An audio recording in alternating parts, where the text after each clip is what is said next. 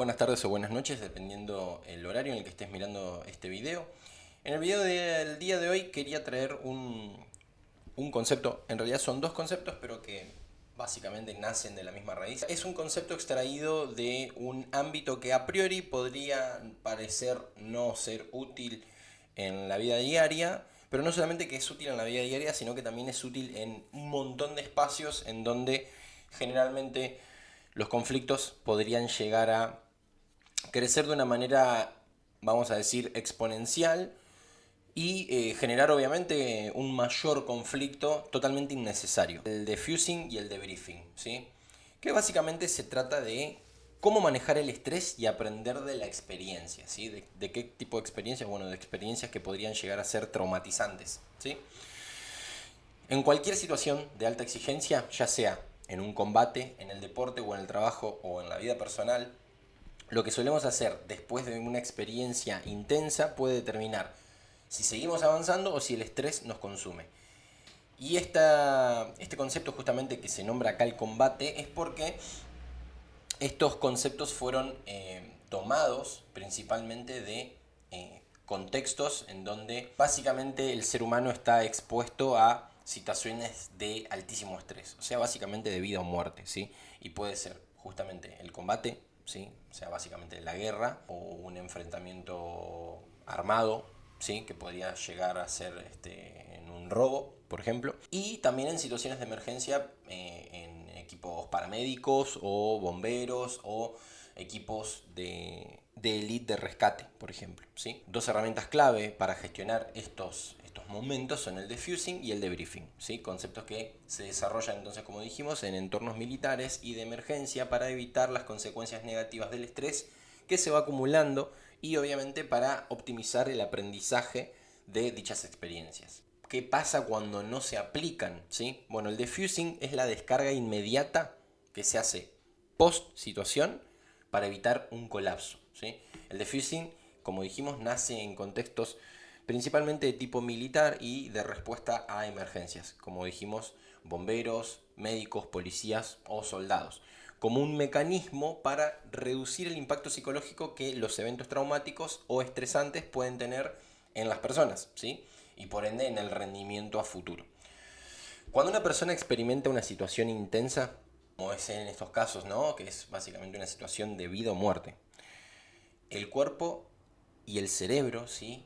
Entran en un estado de altísima activación, ¿sí? Se empiezan a segregar adrenalina, ¿sí? Corticosteroides, aparece una tensión muscular generalmente máxima, ¿sí? Y un enfoque extremo. Cuando hablamos de enfoque extremo es básicamente el cerebro se vuelve más receptivo a todos los estímulos exteriores. Y una de las cuestiones que suele suceder cuando pasa esto es que podemos llegar a percibir incluso como si el tiempo se ralentizara, ¿sí? Y poder aislar, ¿sí? Sonidos o aislar voces o aislar imágenes. Es decir, el cerebro entonces en este estado de enfoque extremo recibe tanta información que hace parecer que el tiempo, justamente como mencioné, se haga más lento, ¿sí? Justamente porque tiene un montón de información en muy poco tiempo, entonces eso hace que pueda estar justamente expuesto a más cantidad de información y eso justamente le da la sensación como si el tiempo se detuviera o se ralentizara. Eso es lo que pasa en el momento de la acción, pero si después de la acción no hay una descarga controlada de toda esa respuesta, ¿sí? Las consecuencias podrían llegar a ser muy graves. Entonces, ¿qué es lo que pasa cuando no se hace el defusing? Bueno, lo primero y lo más obvio es el estrés acumulado. La tensión no se libera y empieza a afectar la toma de decisiones en el futuro. Concepto que suelen conocer quizás los universitarios de carreras muy exigentes es el burnout, ¿sí? Que es básicamente una fatiga extrema. En trabajos de alto estrés, la falta de descarga emocional puede llevar a un agotamiento crónico. El mal manejo emocional, al tener todo esto, ¿sí? Condicionando el comportamiento, las emociones reprimidas pueden salir en momentos inadecuados, ¿sí? Afectando la moral del equipo y las relaciones personales. Hay también una desensibilización o trauma. En profesiones de emergencia, no procesar adecuadamente una experiencia puede generar insensibilidad al dolor ajeno o incluso el estrés postraumático, ¿sí? El TEP.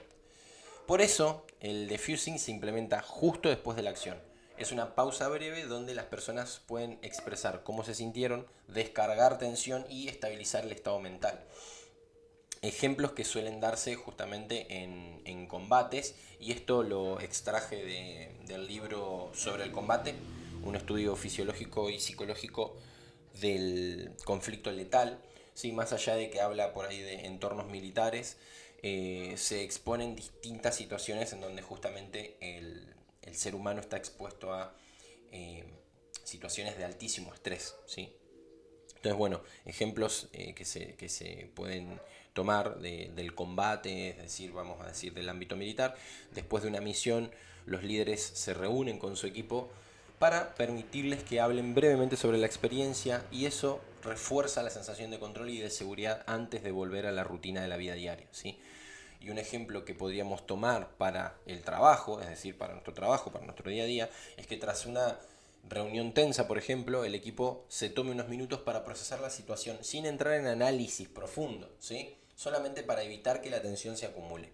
Por otro lado, distinto, está el debriefing, ¿sí? Que está obviamente íntimamente hermanado al defusing, ¿sí? Que es básicamente el análisis para evitar repetir errores. El debriefing también se desarrolla en un ámbito militar, ¿sí? Y se utiliza, al igual que el defusing, para evitar que los errores se repitan en el futuro, ¿sí? Su propósito principal es aprender de la experiencia y entender qué funcionó y qué no para poder tomar mejores estrategias en el futuro. Sin el debriefing es muy probable que los errores tiendan a repetirse y que la mejora sea o más lenta, o que, lejos de mejorar, incluso el equipo pierda rendimiento. Ahora, ¿qué pasa cuando no hacemos debriefing? Bueno, errores recurrentes, ¿sí? Sin un análisis, ¿sí?, detallado de aquellos errores, los fallos tienden a repetirse una y otra vez, muchas veces incluso pensando que seguir fallando de alguna manera va a traer la mejora, cuando en realidad la mejora solamente deviene cuando hay un análisis, se detecta cuál fue el error y se trabaja para que eso no vuelva a ocurrir. Falta de aprendizaje en equipo, si cada persona saca sus propias conclusiones en lugar de mejorar en conjunto.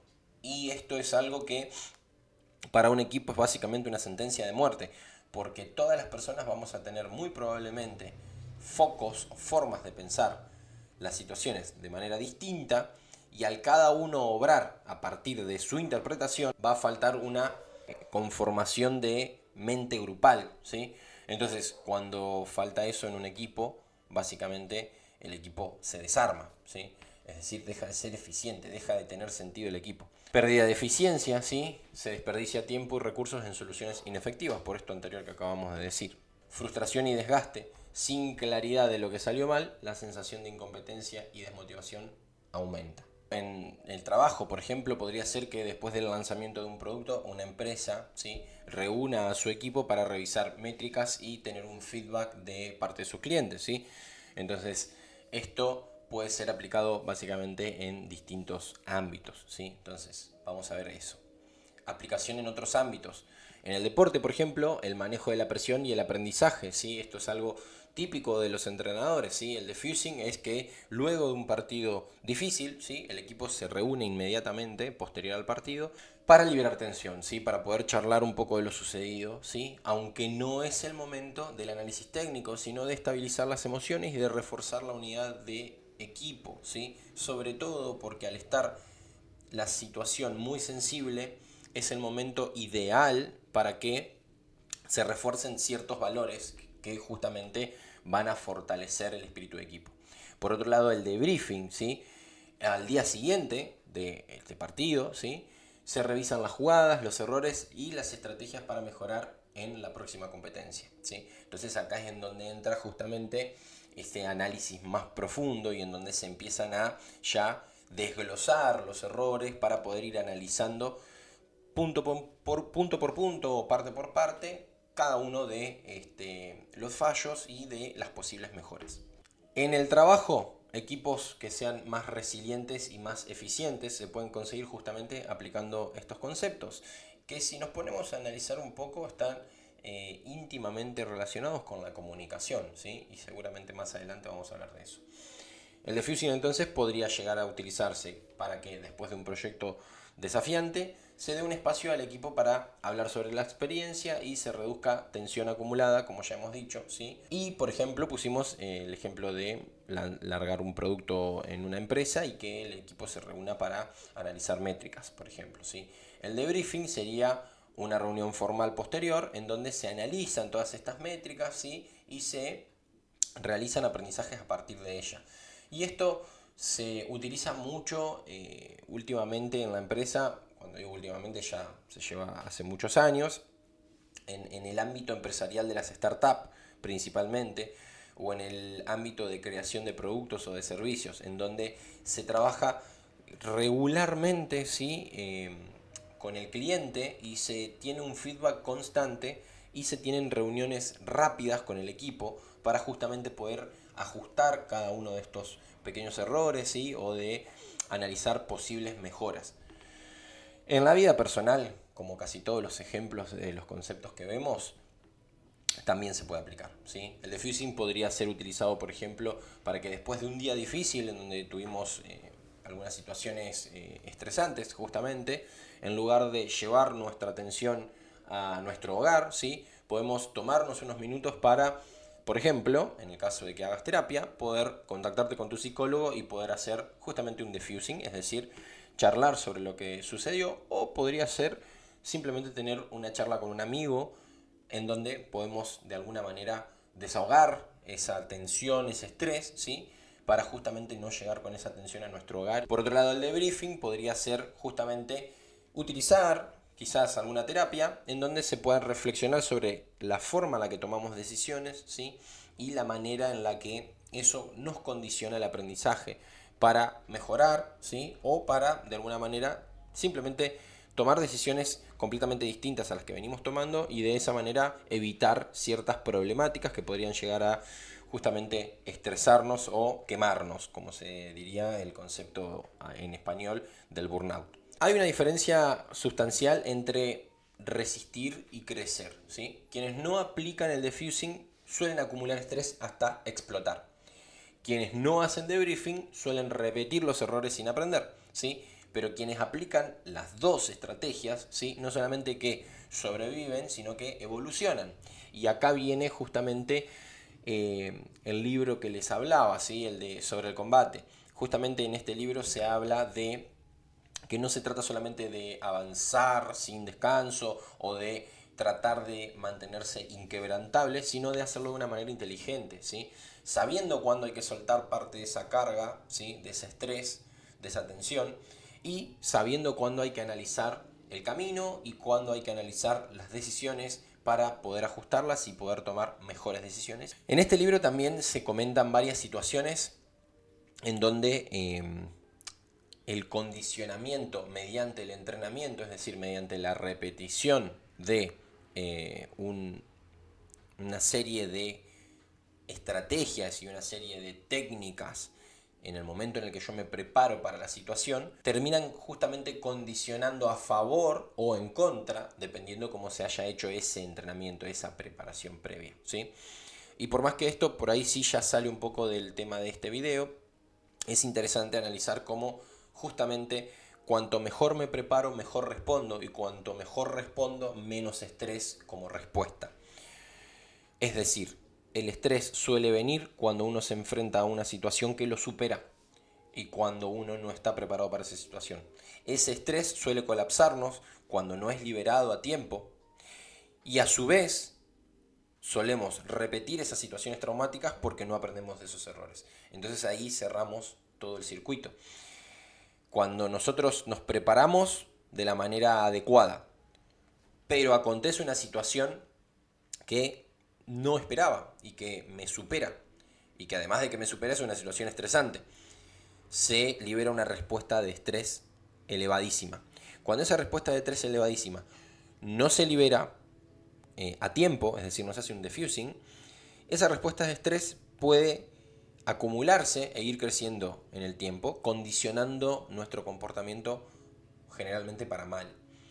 Cuando ese comportamiento que de alguna manera empieza a afectarnos se repite en el tiempo, ¿sí? Es decir, no hago debriefing, esos errores empiezan a volverse un rule, una espiral, ¿sí? Y lo único que hago es repetir errores y eso lo único que puede hacer es justamente colapsarme. Ahora, si yo hago una liberación de estrés a tiempo, es decir, aplico el defusing, hago un análisis de mis errores, es decir, aplico el debriefing y veo qué es lo que hay que ajustar, vuelvo a la fase de aprendizaje y me vuelvo a entrenar de la manera adecuada para que ante la situación muchas veces inesperada yo pueda reaccionar mejor. Muy interesante todo lo que tiene que ver justamente con la preparación y con el entrenamiento y justamente es una de las áreas a las que yo me dedico. Y es muy interesante también cómo hay muchas otras herramientas que entran en este esquema de alguna manera que tienen que ver, como había mencionado, con la comunicación. Y es un capítulo aparte del que podemos obviamente hablar. Pero con el que te tenés que quedar es básicamente para tu día a día, es comunicar las cosas a tiempo y aprender a liberar esa tensión y esa carga emocional que se suele dar justamente por acumulación de estrés. Espero que este concepto te sirva. Te invito también a que compartas esta información con gente que creas que le puede llegar a servir. Y si te gustó este video y este tipo de contenidos, te invito a que me dejes un like, a que te suscribas al canal y nuevamente a que compartas esta información si crees que es útil o que te puede llegar a servir. Nos vemos en un próximo video.